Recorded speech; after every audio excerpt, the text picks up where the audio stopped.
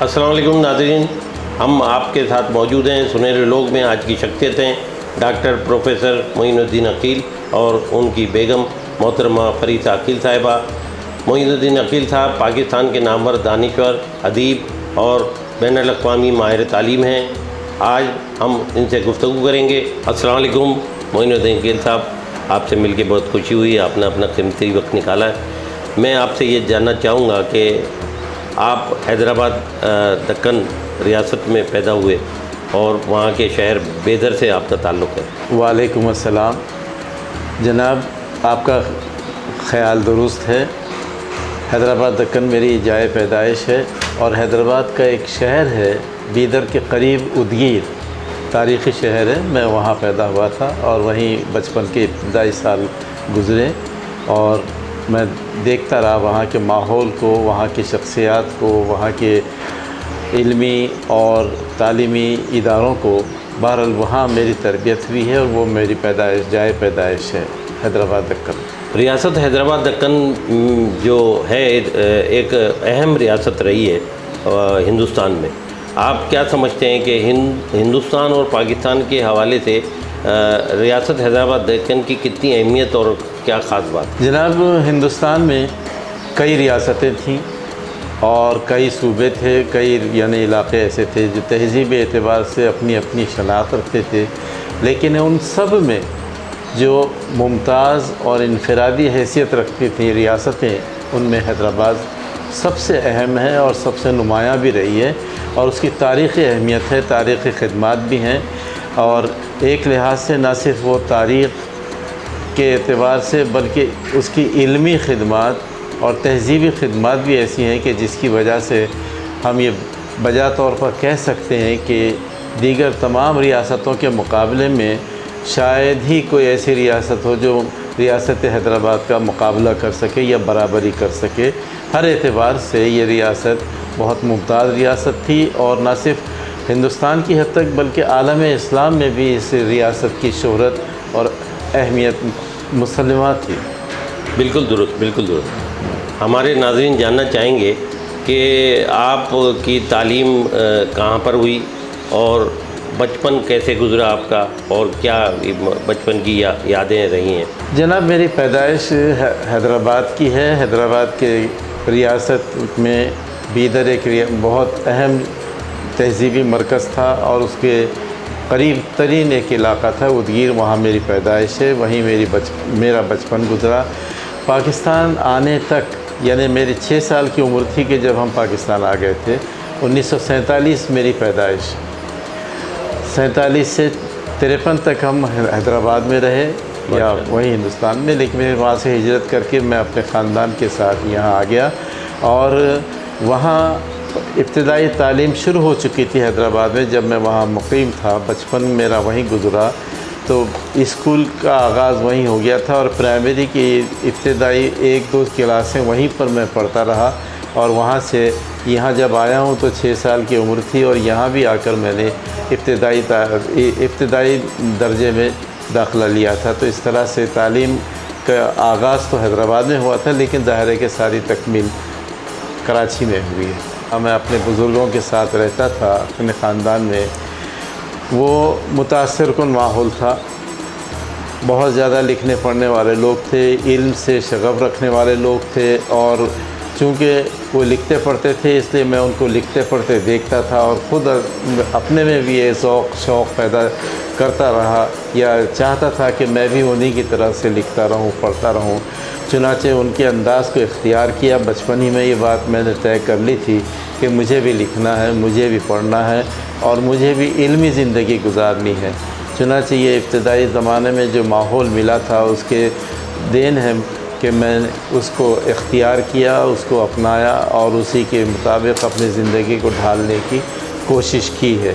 تو یہ بہت خوش بختی ہے میری کہ مجھے ایسا ماحول ملا تھا اپنے بزرگوں کی جانب سے، اپنے خاندان کے اکابر کی جانب سے، کہ جو علمی دلچسپیاں رکھتے تھے اور علمی ذوق و شوق رکھتے تھے، اور انہوں نے مجھے اپنے علمی ذوق و شوق سے قریب کیا اور مجھ میں بھی یہ ذوق پیدا کیا۔ ناظرین، ہمارے ساتھ موجود ہیں پروفیسر ڈاکٹر معین الدین عقیل۔ آپ سے ہماری بات جاری ہے۔ تو معین الدین عقیل صاحب، آپ ایم اے اردو میں کیا آپ نے، اس کے بعد آپ نے تدریس کو پروفیشن میں کیسے آیا، آپ کیسے بنایا تدریس کو؟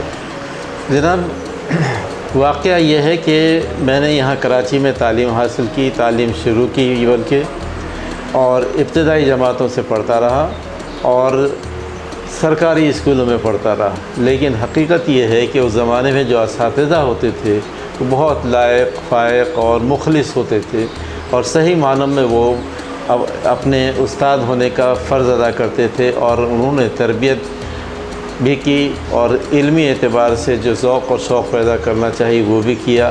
تو میں نے ایسے عمدہ اساتذہ کے زیر نگرانی اسکول کی تعلیم حاصل کی، یعنی میٹرک کیا، اور میٹرک کرنے کے بعد میں پھر کالج میں پڑھا، اور کالج کے بعد میں پھر یونیورسٹی میں، اور ایک مربوط نظام یہ تھا کہ میں نے ادب کو خاص طور پر اختیار کیا، دوسرے سارے مضامین پڑھتا تھا اور ہر مضمون میں اچھی طرح سے کوشش کرتا تھا، لیکن زبان اور ادب یہ دو میرے خصوصی دلچسپی کے موضوعات تھے، چنانچہ میں نے ایم اے جو کیا ہے اردو زبان اور ادب میں کیا ہے، اور اس کے ساتھ ساتھ فارسی ادب بھی پڑھتا رہا، فارسی زبان بھی سیکھتا رہا، اور دوسرے علوم جو اس سے متعلقہ علوم ہیں، اسلامیات جیسے ہے یا تاریخ جیسے ہے، اور تاریخ یعنی اردو زبان اور ادب کے بعد میں اگر کسی علم سے مجھے زیادہ دلچسپی رہی ہے تو وہ تاریخ ہے، اور تاریخ بھی مسلمانوں کی تاریخ اور جنوبی ایشیا کی تاریخ۔ تو تاریخ ہی میری زندگی کا ایک ایسا اہم پہلو ہے کہ جو زبان اور ادب کے بعد میں حاوی ہے، اور میں اس میں بھی دلچسپی رہتا رہا، اور جتنے بھی میری دلچسپی رہی ہے اور جو دلچسپی ظاہر ہوتی ہے وہ میری اپنی تصانیف کے ذریعے سے بھی ہے، میرے لکھنے پڑھنے کی صلاحیتوں سے بھی ہے۔ تو میری جتنی کتابیں ہیں وہ خاصی تعداد میں ہیں، تو ان میں سے زیادہ کتابیں میری تاریخ کے موضوع پر ہیں، اور وہ تاریخ بھی مسلمانوں کی اور جنوبی ایشیا کی تاریخ ہے، ہندوستان کی تاریخ ہے، جنوبی ایشیا کے مسلمانوں کی۔ فریسہ عقیل صاحبہ، آپ ہمارے ساتھ موجود ہیں ہمارے پروگرام سنہرے لوگ میں، تو میں جاننا چاہوں گا کہ آپ دونوں کی شادی کیا باقاعدہ ارینج میرج تھی یا لو میرج تھی؟ جی نہیں، ارینج میرج تھی، ارینج، ہماری ارینج میرج تھی۔ ماشاءاللہ۔ تو کیا جب شادی ہوئی آپ کی اس وقت آپ کی تعلیم مکمل ہو چکی تھی؟ جی ہاں، بالکل ہو گئی تھی تعلیم مکمل، رزلٹ آ گیا تھا میرا۔ اچھا جی، ایم اے کا۔ آپ نے صحافت میں ایم اے کیا ہے؟ میں نے صحافت میں ایم اے کیا۔ اس کے بعد میں ہاؤس وائف ہی رہی، شادی ہو گئی، لیکن اچھا، ہم نے سنا ہے کہ آپ نے صحافت بھی کافی عرصے تک باقاعدہ کی ہے، تو اس بارے میں ناظرین جاننا چاہیں گے۔ صحافت میں شادی کے بعد میں نے کوئی ایسا وہ نہیں کیا، کیونکہ لکھتی رہی ہیں؟ کیونکہ میں لکھتی اخباروں کی حد تک جہاں تک ہے، مضامین وغیرہ کچھ لکھنے کا وہ تو کیا ہے میں نے۔ پھر اس کے بعد شادی ہو گئی، شادی کے بعد جو ہے نا انہوں نے مجھ سے کہا کہ آپ دوسرا کام، جاب نوکری کی ضرورت نہیں ہے، آپ ایسے کریے جو بھی لکھنے لکھانے کا کام ہے آپ کا۔ تو بس پھر اسی میں مصروفیت رہی۔